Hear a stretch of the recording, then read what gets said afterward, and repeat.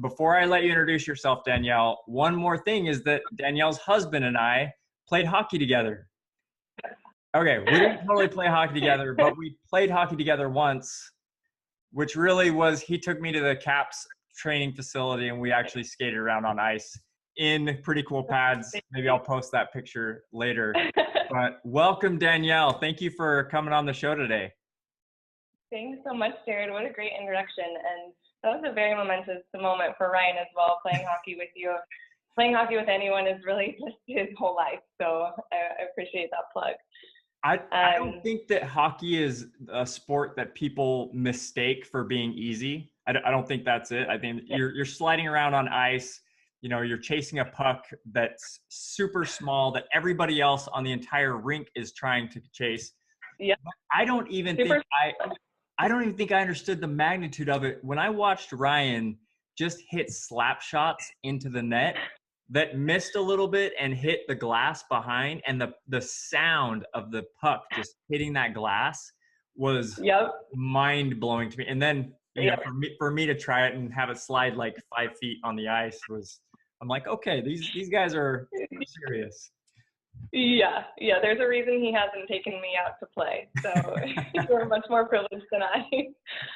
You guys will make it there. Well, thank you for joining the show today. So as you probably know, the premise of the show is we're really trying to help people balance their life. We don't want them just excelling in one area, whether it be their, career or their family or even their health. We want them to be hitting on all cylinders in all areas. And I personally believe that health and fitness is just central to that. So, and I know you probably share similar thoughts there, but talk us through maybe what is your definition of wellness? What does that actually mean to people out there? And what does it mean to you? Sure. My definition of wellness, I'll start by saying, is very specific to me in my life. And I think that's the great thing about this term wellness, is that it's not a one-size-fits-all kind of term.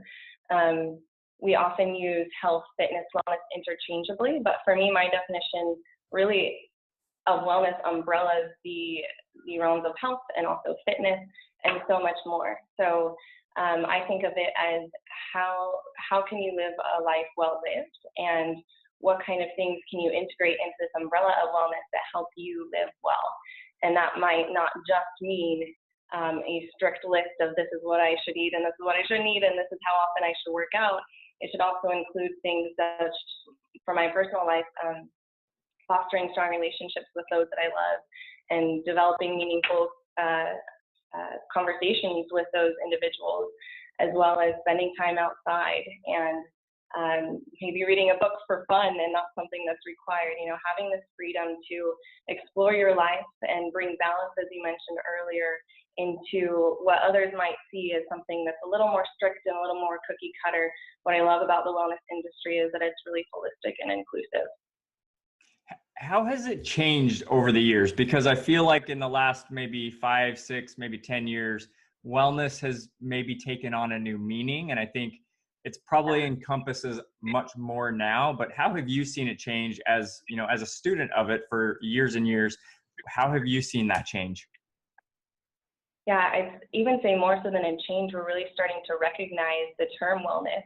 I think even back in my parents' day, for example, wellness may have been perceived as a physical state of well-being. Are you sick or are you well?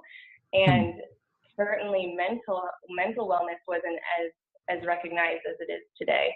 Wellness wasn't perceived in the term of financial well-being and emotional well-being. And so we're really seeing the integration of these other realms being incorporated into this concept of wellness. So it's changed in that regard, and then it's also just become so much more recognized to really paint that picture. I have, and I know we'll talk a little bit later about the specific corporate wellness sphere, but I have corporations coming to me and asking for content on meditation and on gratitude.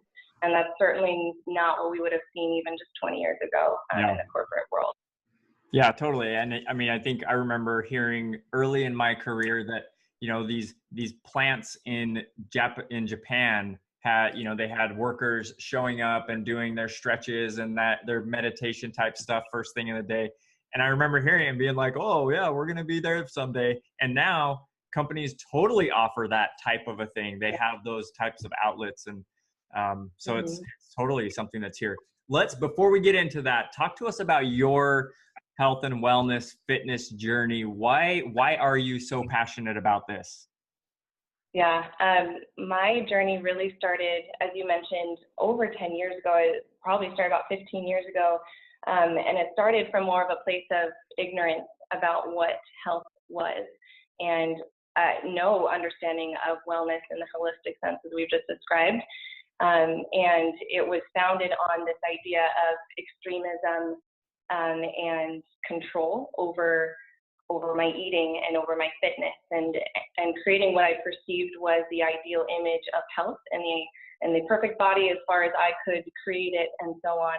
And what I didn't realize in indulging in those really, really extreme behaviors was that I was imprisoning all aspects of well-being, as we've just described.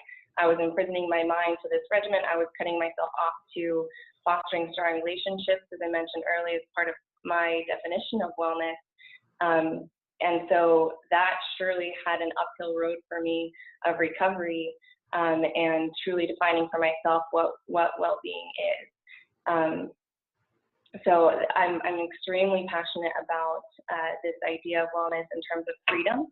And I think I'm a little bit different than some others. You know, when others go to talk to a personal trainer or a nutritionist, they might come at it from well, this is what you should do, and these are the boxes you need to check in order to get these results that you want. And I'm more of a let's expand this definition to making sure that we feel free in the choices that we're making, and we feel good about the choices that we're making. We're not going to bog ourselves down with guilt by doing so, and we're not going to cut ourselves off from experience because we have to stick to a really tight regimen. So I'm really passionate about sharing that with others and making sure that others can feel that way. I truly believe that if they don't, their recipe for health is going to fail at some point because they don't enjoy it, and it doesn't fit with their life, and it doesn't bring them joy. So I'm just really passionate about making sure people experience that. I think, I mean, so, and just to make sure I heard you correctly, you know, a lot of people can get into fitness for maybe the wrong reasons, right? They go to the gym, they see all of the marketing and advertising out there, and there is a real draw to look a certain way, you know, in you know, everybody wants those rock hard abs and whatever else it is, right? Like that's what kind of people in. And so I like the idea of creating freedom around it, or having that health open to freedom, to where you're not just living a life of restriction to be able to fit this mold or this expectation, but rather doing things that make you feel free. And for me, I think initially most youth, when they get into the gym, they want big muscles and they want to look good, and that's important to them. For me, it has shifted to, I think my progression went from, you know, wanting some of that stuff to wanting there to be some functional use. You know, I've talked on the show about some of the endurance racing that I've done. You and I and your husband have run lots and lots of miles at very early hours in the morning. So there was a shift into functional use of, okay, how can I build my body in a way that I can make it through these events? And then beyond that, there's a shift even now to, okay, how can I make sure that when my grandkids are around, I can play with them? I can make I've had that same thought. It happens when we get older, right? We're like, whoa, we got to prep for this. And I feel like when I was younger, all of the older people already knew that, but they were just waiting for like the rest of us to catch it. Just for you to get it. You know, just playing the just wait until game. But no, I really like the idea of recognizing the freedom. And with my clients, I say oftentimes, listen, you know, your health and your wellness, and we talk about wellness in a slightly different way, but I say it's like climbing a mountain. And in this life, you have to get up as high on that mountain as you can before you start tumbling down. And you start tumbling down. Everybody is going to tumble down. Our bodies are going to, you know, deteriorate, and eventually we are going to die. So get as high up on that mountain as you can, get as well and healthy as you can, so that when you start tumbling down, you've got farther to tumble, and maybe you end your life being that 105-year-old who's running marathons or whatever it is, right? Yeah. So Yeah. talk to us about what experiences have maybe played a major role. And I'm pointing at your snowboarding accident. Maybe just tell people what happened there, because I think where you've come from since then is awesome. Yeah. So that specific story, and I'll speak to other experiences after. I was probably 20 or 21, and again, going on some excursion that my husband dragged me on and learning how to snowboard, which I had never done before in my life. However, this was my second time out on a mountain, and I felt like I was starting to get the hang of it. I felt a little more confident on my feet, and it happened to be a very busy day at the snow resort or the ski resort, and the snow was packed pretty hard down on the mountain. And we had just come off the lift. I was buckling in my boots, and our friends that we were with had just flown down the mountain. And fortunately for me, Ryan was behind me. And I got up on my feet and started going down the mountain. And a gentleman next to me decided he would do some kind of 360 move, and he just rammed right into my board. It catapulted me backwards. And like I mentioned, the snow was very packed down quite hard. And that particular area of the mountain was in the shade, and so it had turned to ice pretty much. So a lot of factors played into like a very unfortunate situation, but I catapulted backwards, landed right on my low back, and just crushed my second lumbar vertebrae. Like I said, fortunately my husband was behind me, so we saw it all play out. The gentleman who hit me kind of panicked, realizing something terrible had just happened. I was in the most pain I'd ever been in thus far in my life, and I knew something was wrong. My initial fear was, holy moly, I'm probably paralyzed, because I knew it was my back and I knew it hurt really bad. And my husband tells this guy, go get the paramedics, go get the ski guys to come down and help her. And so I don't know if he actually did, he just went down the other side of the mountain and kind of took off. Oh my so goodness. Fortunately, we had people come and help us. They got my board off, put me in kind of this brace, and then just skied me down on a wooden board, which I want to say is almost more painful than the experience itself. I was just, jostled down the mountain with this terrible pain in my back. And there was an ambulance there waiting for us at the bottom of the mountain, and took me to the hospital. It was funny too, because I had called my mom prior on our lunch break, and I had, just checked in like, hey, I'm snowboarding. How are you doing? And she was like, well, make sure nothing happens to you, because I told her, I was like, there's an ambulance here at the time, because someone else had some catastrophe. She's like, make sure nothing else happens to you, be safe. No way. And 20 minutes later, Ryan called her from the ambulance saying, are you sitting down, because I've got some news for you. Wow. So we got to the hospital. They diagnosed the crushed L2. Fortunately, it all kind of just compressed. It was a compression fracture, so none of the vertebrae fragments struck my spinal cord, which was how I'm not paralyzed today. Yeah. They kind of all stayed intact. They just kind of crumbled a little bit. And I was like, do I get to go home tonight? Like, I was just ready to keep going. I did not want this to hold me back in any way. And to this story, this was during almost the height of this really regimented lifestyle that I had been living, in this really strict exercise routine, really strict eating. And so to me, being debilitated in that way was just about the end of the world to me. And so I did not take the news very well. I was told, all right, well, if you really want to get out of here, if you can stand up, then we'll let you go, because they didn't believe I was going to be able to stand at that time. So I forced myself into a standing position. I grabbed my wheelchair and sat down and said, I'm going home.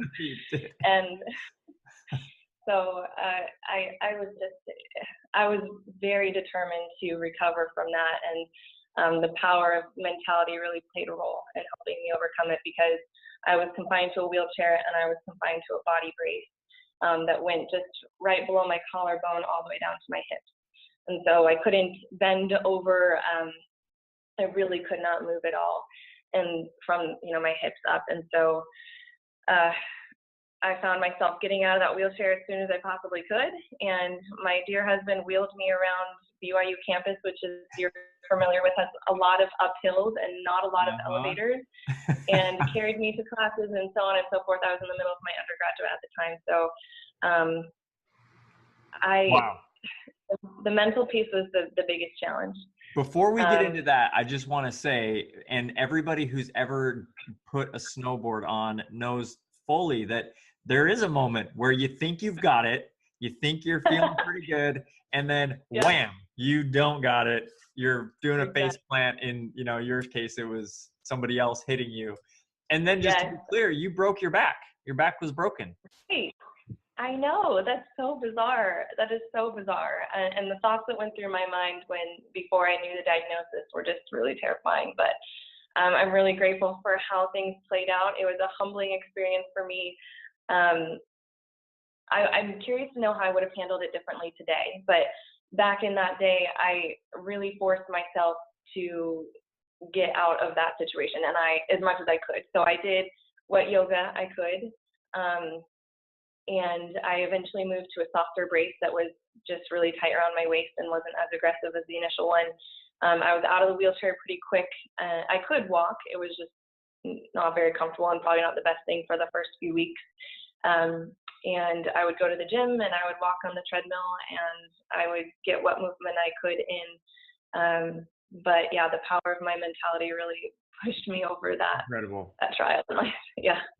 What was, and thinking about the mental side of it, what was driving you at that point? Was it to get back to the regimen that you had been living, or that, I mean, or was it the idea of freedom? And is that where maybe the freedom piece of your wellness definition, is that where it kind of started? Yeah, my freedom mantra hadn't yet been established for me at that point. So my drive was to get back to my regimen. And like I mentioned earlier, it was this imprisoning state of mental non-well-being that I am so passionate about encouraging others to not fall into. And so, unfortunately, it was that drive. And that's why I say I'm curious to know how I would handle it differently today. Regardless, it's a tough situation. It's a traumatizing situation, but yeah, I'm interested to know with my newfound philosophy how I would approach it. How do you think you would approach it? What do you think that would look like? Or what would be your advice for someone else who now is maybe in that same type of a situation or scenario? What would you do? Yeah, well, first I would take a deep breath, for goodness sake, because I developed so much anxiety from the situation that I actually had to end up wearing like a heart rate monitor pacer because my heart rate was just spiked all the time. I was so uptight about it. And in addition to, I had this metal brace just compressing my chest. Probably and so, yeah, completely comfortable. Not to mention, I was racing through like 22 credits trying to finish my undergrad at the same time as Ryan. So today I would just, there is obviously that blow of this is going to be really hard and this hurts and it's uncomfortable, but I would certainly approach it with, it's going to be okay, because I really did not think it was going to be okay. I was so tight. And to my credit back then, I did really learn how to do moderate movement, and I learned to sympathize with those that have limited mobility, and it only contributed to my passion for wellness and understanding my own limits of this includes your mental well-being, and it just includes your emotional well-being as well. And if you can't handle this and you can't continue to move or you can't overcome this, then were you even well in the first place? You know, being able to balance those road bumps along the way plays into, are we a well-rounded person? Are we balanced enough in our life that we can approach those things and come out of it okay? If we freak out and it just tears us down and we just end up sitting down and not being able to move forward, then there's something off. There's something out of balance and something's not working right. So I think there's so much truth in that. And I think for anybody who's starting in their health and wellness journey, you have to be thoughtful about where you're at in that journey. And if you're dealing with a lot in the beginning, you have limited mobility. I mean, no matter what, when you start trying to exercise, if you haven't done it, it's going to be hard. You've got to learn, the techniques, you've got to lift the weight, there's just so much to it. And so recognizing that you're at square one and being totally okay with that and not comparing yourself to the people that are at square 10, that it has to be the start, because otherwise you can get in that moment, why not be depressed? Why not say, why even bother? I'm, not even close to where I was and maybe never will be again. No guarantees at that point, right? So I think that's just such an important message for anybody in their journey of start where you are and be totally okay with that. Own it and just work for that first little milestone, that first little step. Totally. I 100% agree with that. And that is so much of what carried me through. And my passion for yoga, that's really where in my journey away from where I was and where I started my understanding of wellness, yoga and the practice of it was really what started my turn into the wellness industry. I don't actually know if you know, but I started my undergraduate degree in architecture, and I was for a long time committed to being an architect and living in this design world, and I was very, very passionate about it. And it was a talent of mine. It was something that I enjoyed from the time I was quite young. So to change from that was a big step for me. But what I went through on a personal level with that extremism in my eating and exercise habits and that just place I was at, for me, looking back on it, is dark and it's imprisoning, and was incredible. It was that profound enough to me that I shifted everything in my life and decided to change my undergrad, as you mentioned, exercise and wellness, to go on and learn to get my master's degree in nutrition, because nutrition was really what I was so controlling about back in the day. And so I wanted to, and continue to want to learn more about nutrition and how to help people understand their own nutrition and be able to enjoy good food. And it doesn't have to be something that we dread and something that we feel like we have to eat this or we can't eat that. I just hate that. There are things I wouldn't recommend eating, but if you enjoy them, by all means, enjoy them on some kind of frequency, just have a balance about it. So,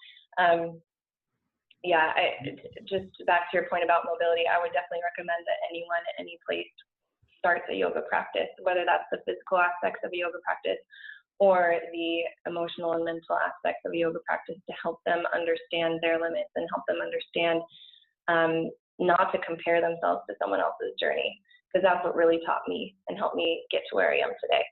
Love that. What a profound message. And you started me in yoga, so thank you very much. And I still remember you practice. To my class. Huh?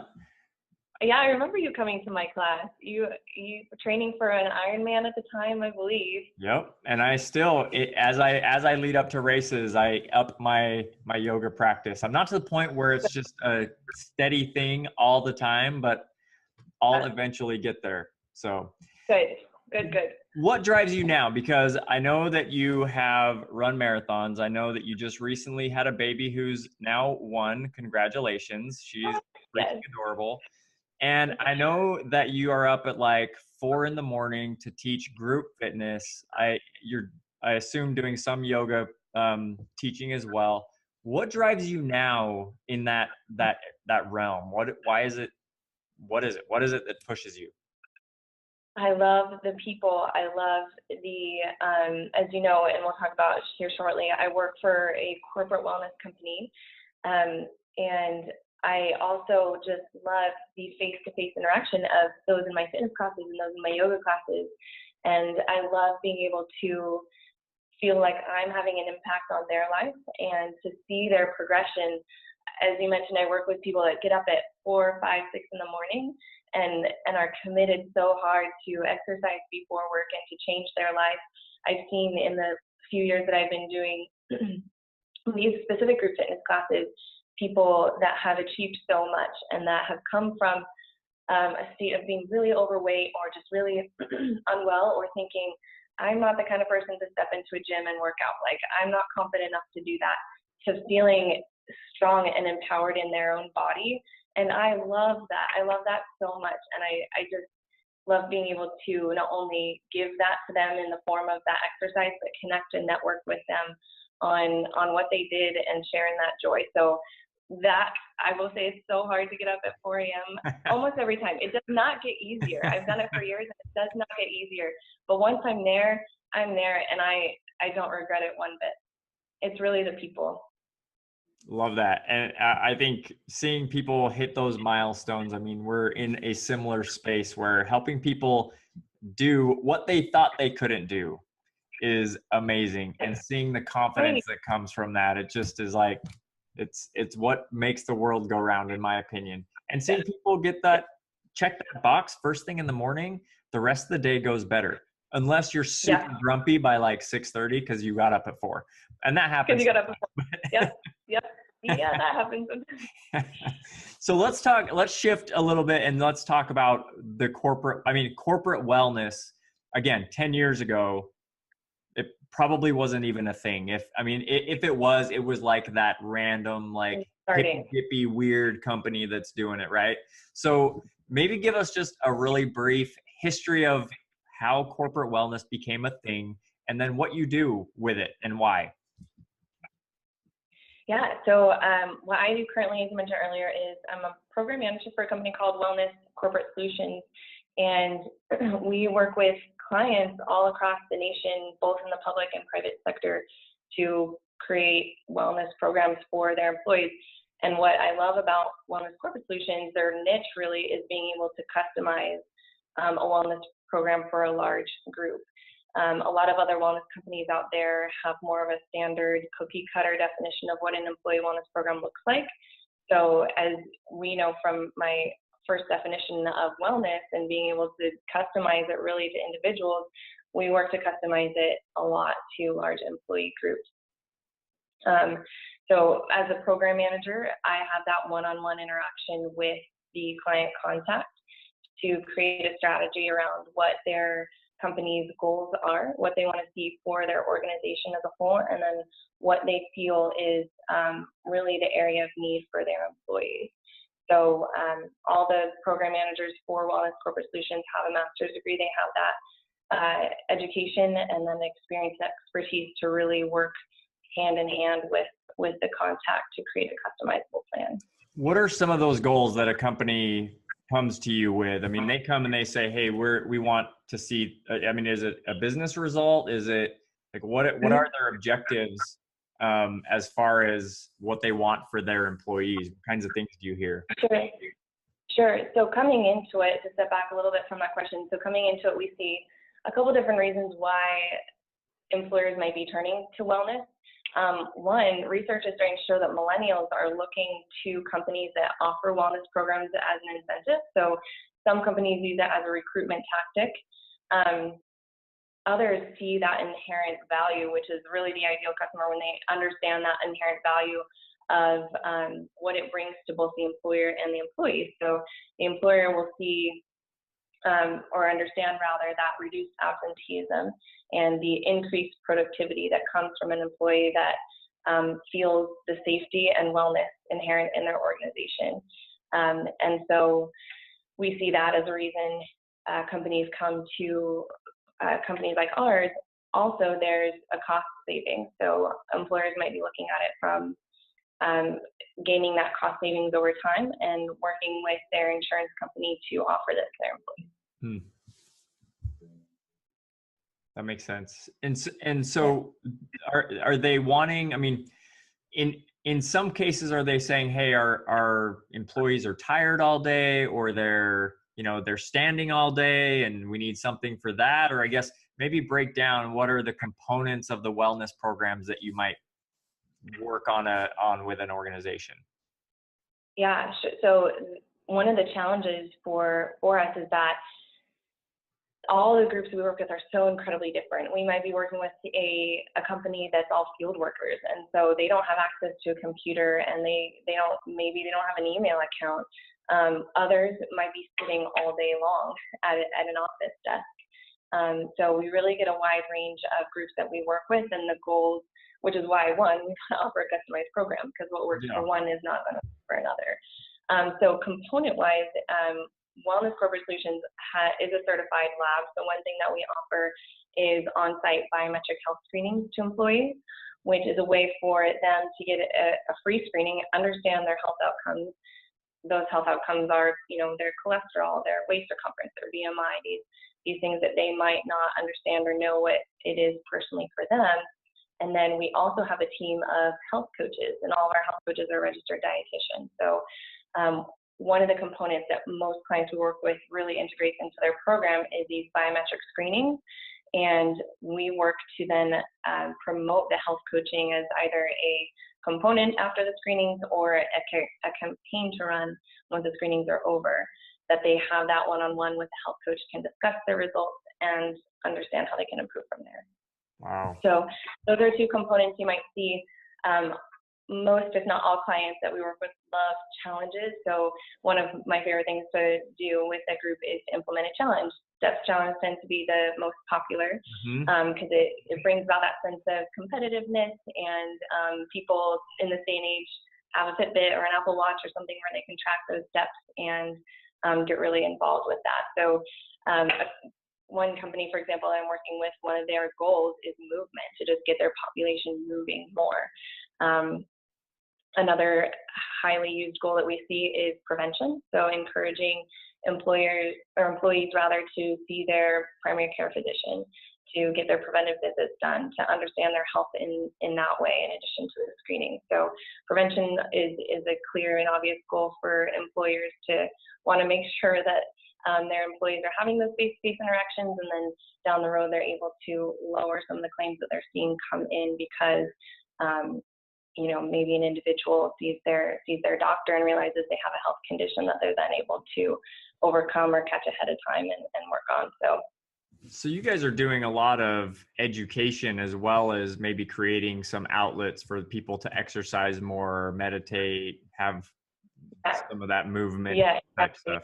Yeah, the integration of moving more, meditation, gratitude, those are all initiatives we might layer into an overall goal of the year, or the strategy of the year, based on what the client wants to see. But yeah, we're doing a lot of education through the biometric screenings and through our health coaching department.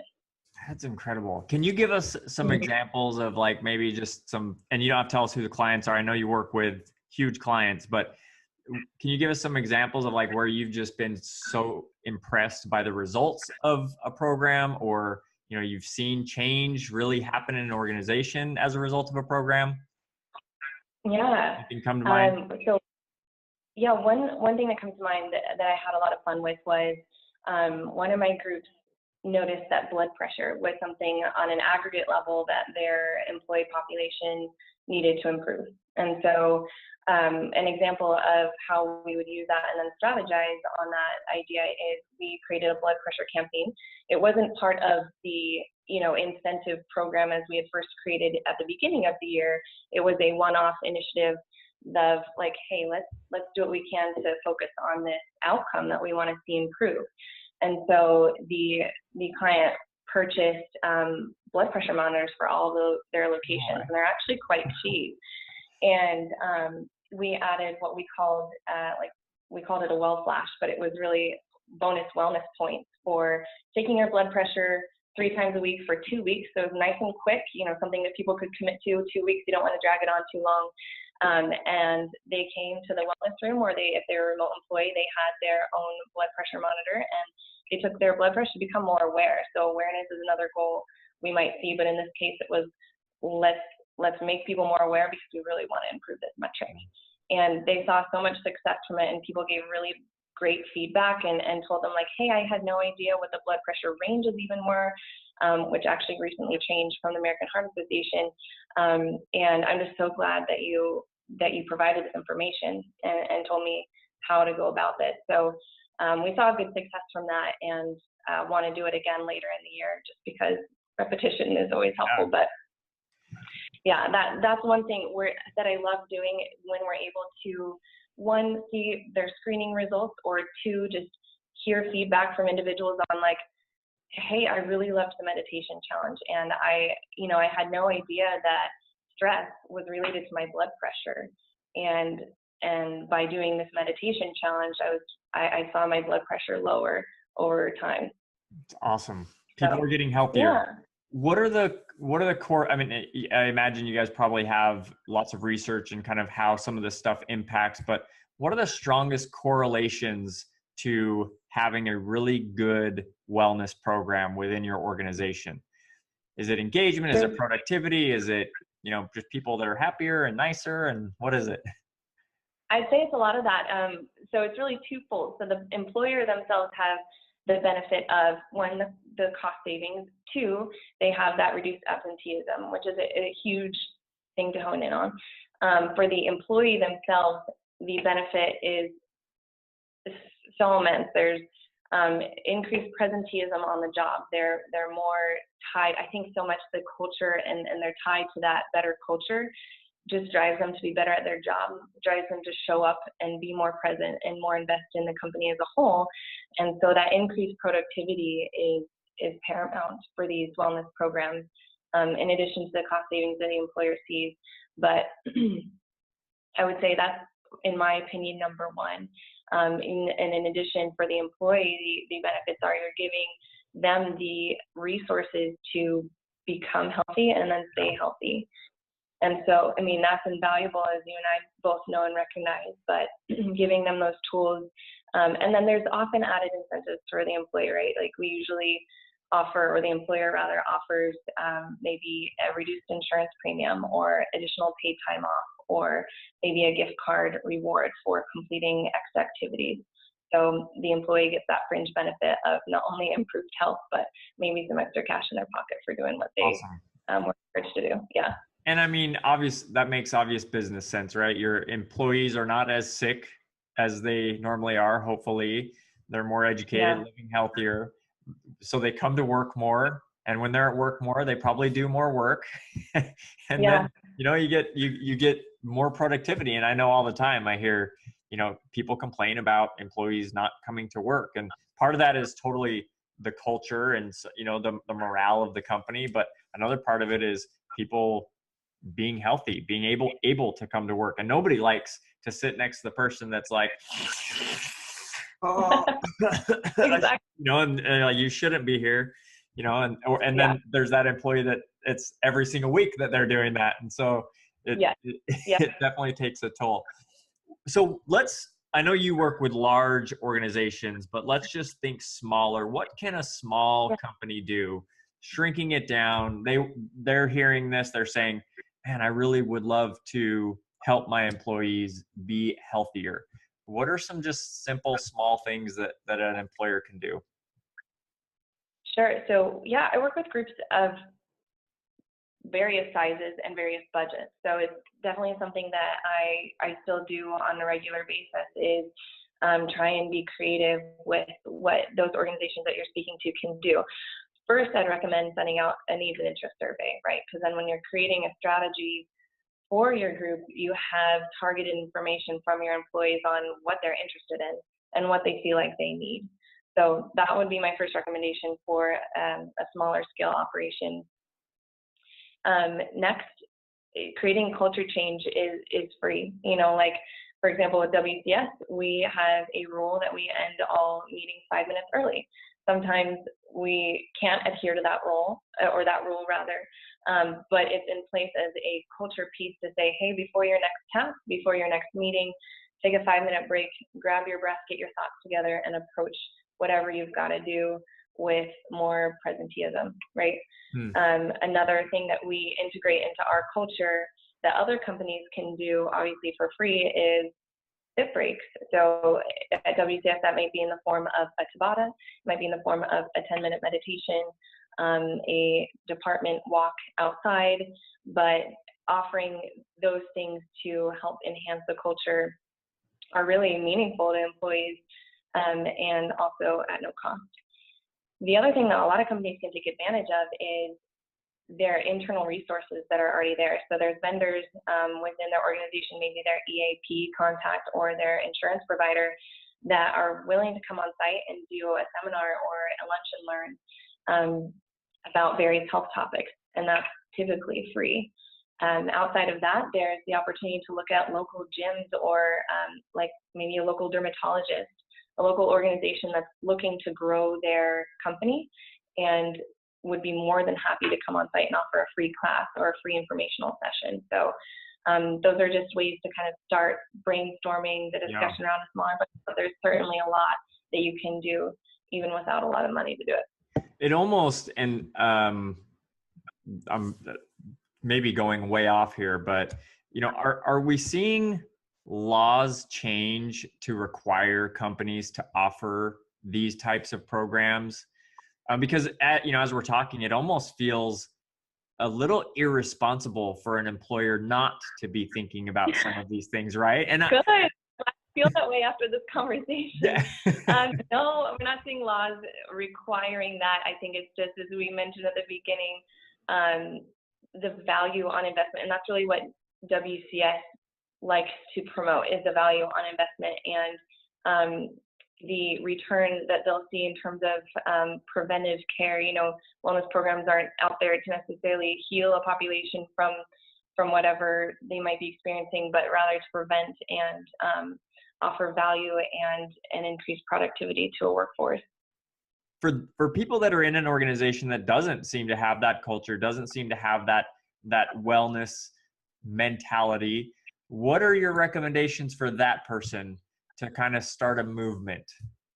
Yeah, I have two thoughts on that. My first is to network, and if that's something that you can or not too shy to do, because more than likely there's like-minded individuals like that person that feel the same way. And it makes me think of Ryan. You'll be proud of him. He sits for long hours at a time, and he was like, I just can't. And so he started doing push-ups every 30 minutes beside his desk. And he was a little nervous at first. He was like, I don't know how this is going to go over, but I'm going to give it a shot. And within a few days, he had 3, 4, 5 other guys sitting around him doing the same thing. And I was really proud of him. I thought that's awesome. Great. And that's a gut, and I think it's great. So it helps that he can do like 100 push-ups at once. So, I mean. I was like, you do squats, and he was like, no, that's a little too showy. But so that's an example of, if you're not willing to initiate those conversations around, hey, let's go do this, or do you feel this way? What can we do to change it? It's I'm going to take a walking break for my lunch, or for me, I go on a run during my lunch break on the days that I'm in office, and others will see that, and if they're like-minded, they will join you and be your advocate in that effort. So so be a good example. That was going to be mine as well, was invite other people as well. So be a good example. I mean, don't lower your standards if you are a wellness person and you're in an environment where that's kind of not the cool thing. Exactly. Don't lower your standards, hold your standard, be the example, and then invite. I love the idea of just inviting people, because I believe that people have those moments where they're thinking to themselves, maybe even after you leave, after they turn you down, they're thinking, you know what, it would be good to be able to go out and log a couple of miles at lunch, or maybe I should, stop drinking a Dr. Pepper every hour, whatever it might be. Yeah, I agree. Love it. What about those who are struggling with their health? Maybe they've stopped tons of times. They feel like, I can't figure it out. What's your advice for them to start again on the path to, to health and fitness? Mm-hmm. I don't blame them, to be honest. There's so much information out there, which is a blessing, right? They can go find a lot of information, but then it's really overwhelming. And you kind of get coaxed into this idea of, I'm going to follow this trend because it sounds like the best thing to do. And it might not be what's best for you. And so then you might stumble, you might fall and get discouraged. And I think that happens so often in this day and age. So it's kind of a blessing and a curse. We've got this idea of wellness that's integrated into our society and becoming more of a cultural change in our nation. But then at the same time, we have so much information and so much pushing out of, this is the diet you should follow, and this is the kind of exercise you should be doing. So it's overwhelming. And for that individual, honestly, I would say talk to someone like yourself. You know, you need someone to talk you through it. You can't do it on your own. I certainly couldn't. I started out my journey thinking I could do it on my own, and that's where I was probably the most unwell I'd ever been.